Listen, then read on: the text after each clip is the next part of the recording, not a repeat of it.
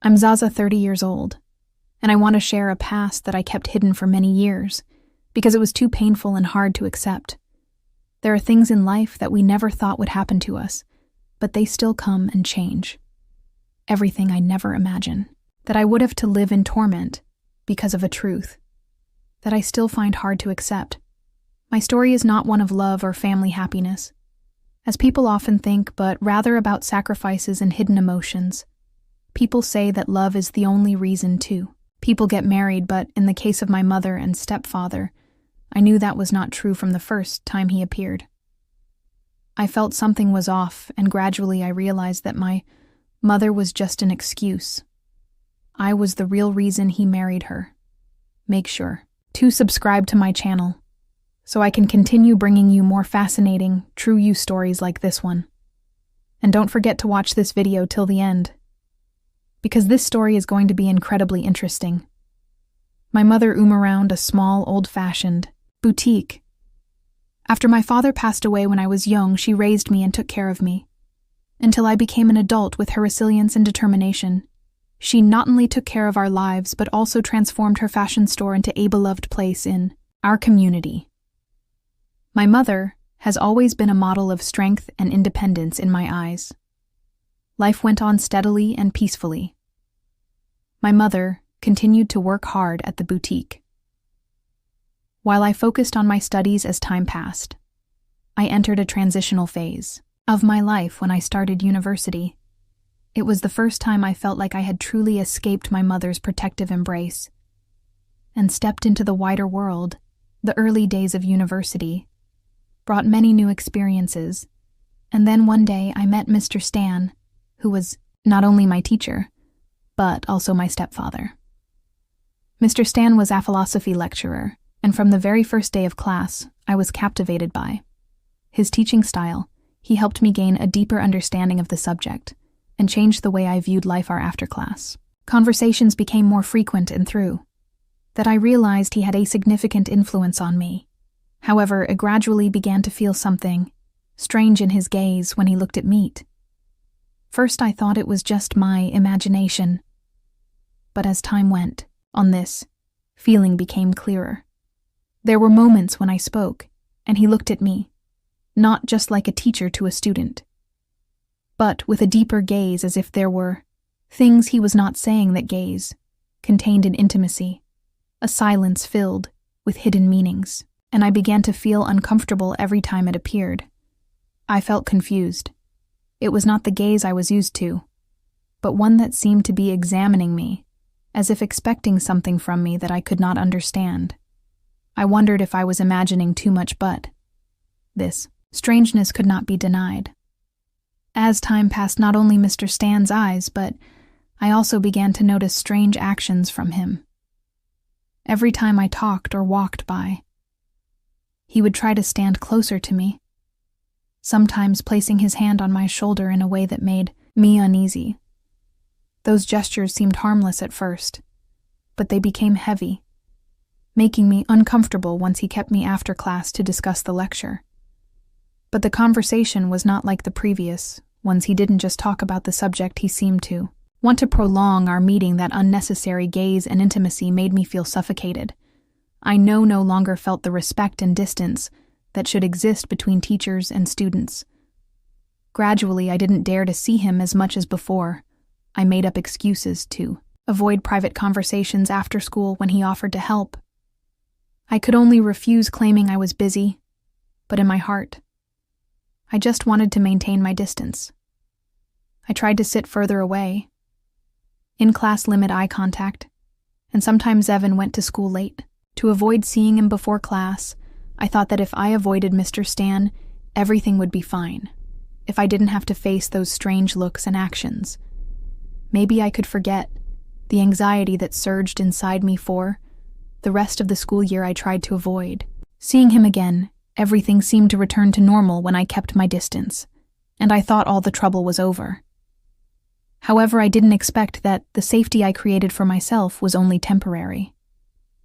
After a year of school, when I returned home, I noticed something different about my mother. She was more cheerful than usual. Her eyes sparkled whenever she spoke, and sometimes she would laugh quietly to herself as if hiding a special happiness. I began to wonder, but my mother just said she was very happy because life was getting better then. One afternoon, while both my mother and I sat in the living room, she suddenly sat down next to me, her face radiant and her eyes shining with unrestrained joy. She began to share something important. She had met someone special, someone she wanted to introduce to me, seeing the happiness evident in her every gesture. My heart also felt light. For so many years, my mother had raised me alone, sacrificing her own joys to devote all her energy to my care. I felt relieved that she had finally found the joy and happiness she deserved the day my mother prepared to introduce that man to me. I was very much looking forward to it. The house was neatly arranged, and the dining table was carefully set by my mother. I could see the excitement and joy in her eyes, and I hoped this man would bring her the comfort and happiness she had been searching for all this time. When the doorbell rang, my heart fluttered. Mom quickly went to open the door, while I stood waiting in the living room, imagining the man who had come into her life when the door opened, and I saw that the man who entered was Mr. Stan. My heart filled with indescribable shock. I stood still, unable to believe my eyes. All the uneasiness I had felt about him suddenly rushed back, enveloping me. The man my mother loved, the man she had introduced me to with such trust and happiness, was the man I had been trying to avoid all this time. A series of conflicting thoughts exploded in my head. Why him? When did they know each other? Did he have any intentions? The uneasiness in my heart rose sharply, and all the memories of his strange looks and unsettling gestures flooded back, making it impossible for me to think clearly. I looked at my mother, searching for a sign that she recognized the strangeness of the situation, but she was completely oblivious. She was still smiling, happily introducing Ethan as if everything was fine in my heart. This was simply a debut of a man she loved, unaware that Ethan's presence was stirring a storm in my heart. Mr. Ethan walked in, still smiling, calmly, looking friendly and polite. He greeted me and pretended to be surprised, saying that he didn't expect me to be my mother's daughter. I tried to act surprised too, but inside I was in turmoil. My mother, innocent and unaware of what was happening in my mind, laughed and was thrilled to discover that Ethan was my teacher. The two of them happily chatted, discussing this unexpected coincidence, while I just stood there feeling a sense of insecurity clinging to me.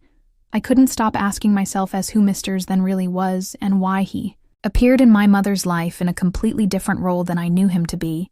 Was this really a coincidence, or was there something hidden that I couldn't see? From that day on, everything went on as usual. There were no strange signs from Ethan or anything that made me worry. Mom and he grew closer and closer, and their feelings felt very natural. I saw Mom happier than ever. She smiled often and looked radiant every day. Not long after, Mom decided to remarry, and Ethan officially became my stepfather. Everything went smoothly. Nothing unusual happened, and our family life continued to be peaceful and stable as time passed, and there were no strange signs. I began to feel that I was thinking too much. Perhaps my initial worries were just due to the stress of facing the changes in my mother's life and my own seeing Mom happier every day. I gradually let go of my doubts and insecurities, seeing my mother smiling brightly with Ethan. I realized that the most important thing was that she had found the happiness she deserved. Finally, I accepted their relationship and gave them my blessing from the bottom of my heart. I hoped that my mother would continue to live in that joy, and I also learned to accept Ethan as a part of our family as time passed. I did not see any unusual signs in Ethanus. I had worried. Gradually, I blamed myself for thinking too much and letting unfounded worries affect me. Seeing my mother increasingly happy with Ethan, I also felt relieved. Finally, I felt happy for my mother and sincerely wished her well, hoping her life would always be filled with joy and happiness. At that time, I thought that everything would just continue peacefully. It had been a long time without any unusual signs from Ethan, and I gradually felt reassured. He no longer worried or doubted stepfather because he had always been a good person, caring for my mother and our family. It truly believed that my previous concerns were just my sensitivity and imagination. When I was 22, I graduated from university and started looking for my first job. Although I had not found a suitable job, I decided to help my mother at her boutique. We spent more time together, and Ethan often stopped by the store, helping with small tasks when he had free time. Everything was still going smoothly, and I no longer had any doubts about Ethan. I truly believed that he was a good husband to my mother, and had also become a part of my life. But then on the worst day of my life, everything changed. I was sick that day. The fever made my body tired, and I couldn't go to the store with my mother. As usual, she told me to stay home and rest, and I didn't think much of it. Only Ethan, my stepfather, was home with me that day because he didn't have to go out at first. I didn't worry or suspect anything. After all those years of living together, I believed he was a good, trustworthy person who loved my mother very much. I lay in my room trying to lull myself to sleep to forget the pain and fatigue caused by the fever. However, that peace didn't last long.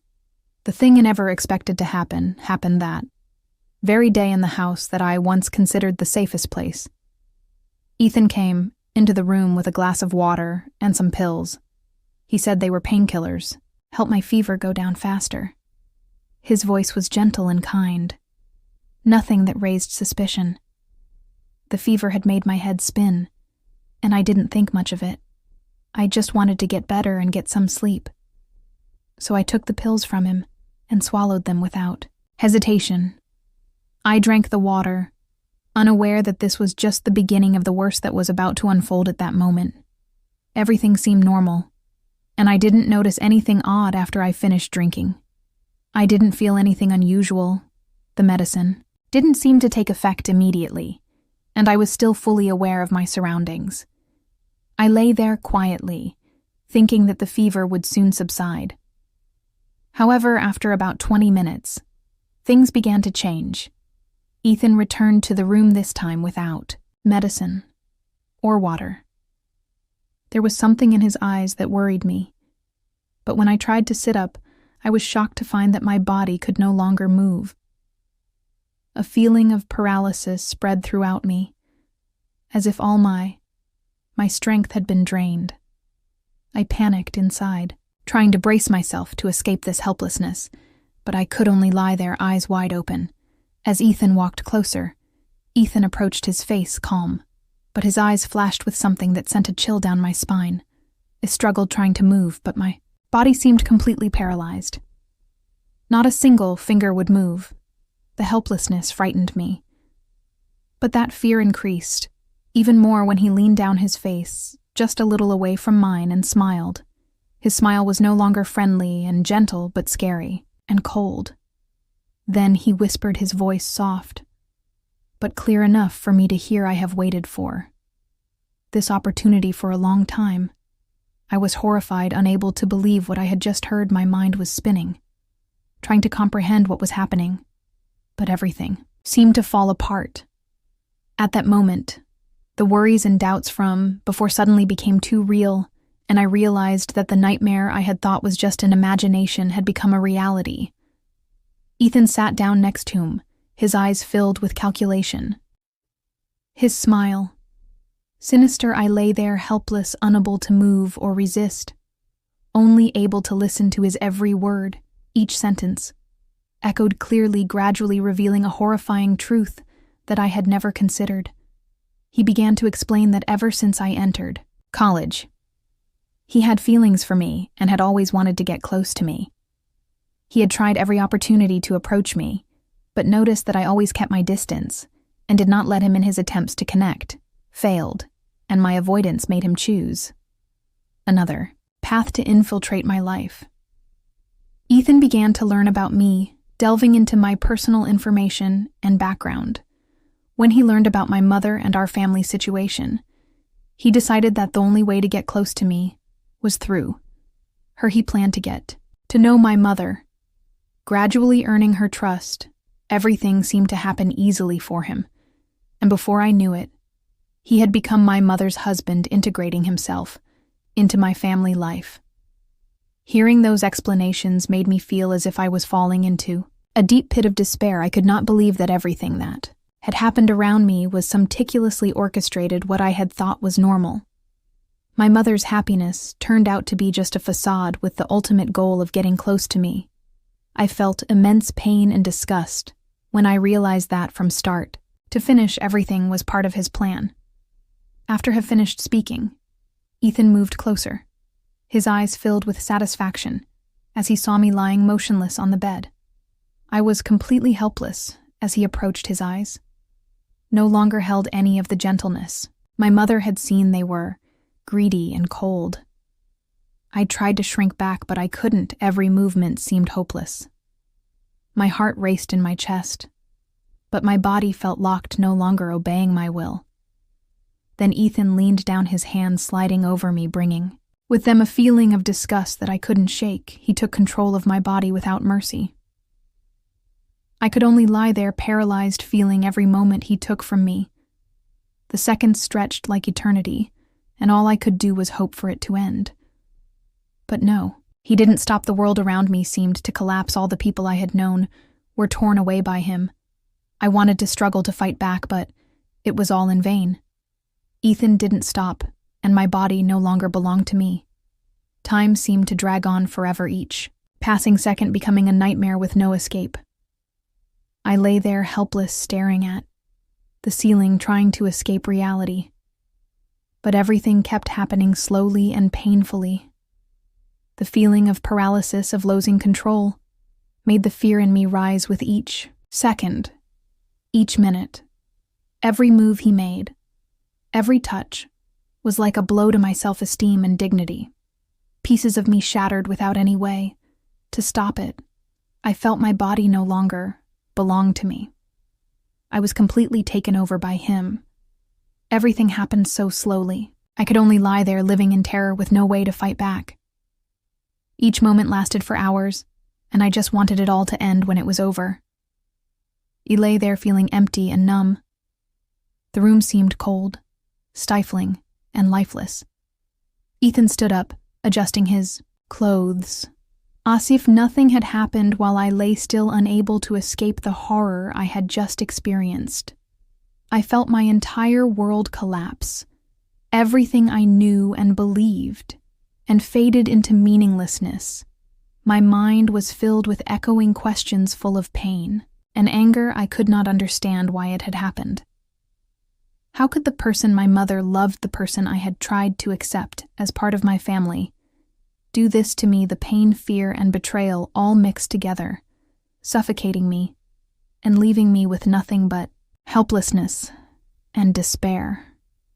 Ethan glanced at me one last time, his eyes cold and remorseless, then left the room, leaving me with all the hurt, the torment, and the growing obsession in my mind.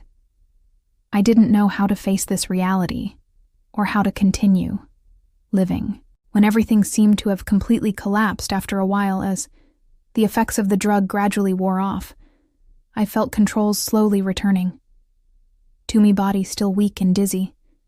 I tried to stand up. Every movement was painful, but I knew what I had to do next. My hands shook as I tried to straighten my clothes, attempting to hide the traces of the horror I had just experienced. I looked around the room, my eyes stopping at the phone on the table. It was my only way to call for help, to end this nightmare. With unsteady steps, I approached, my hands still trembling.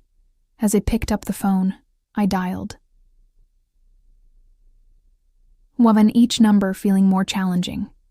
When the operator's voice came through, I took a deep breath, trying to keep my voice steady and let it all out.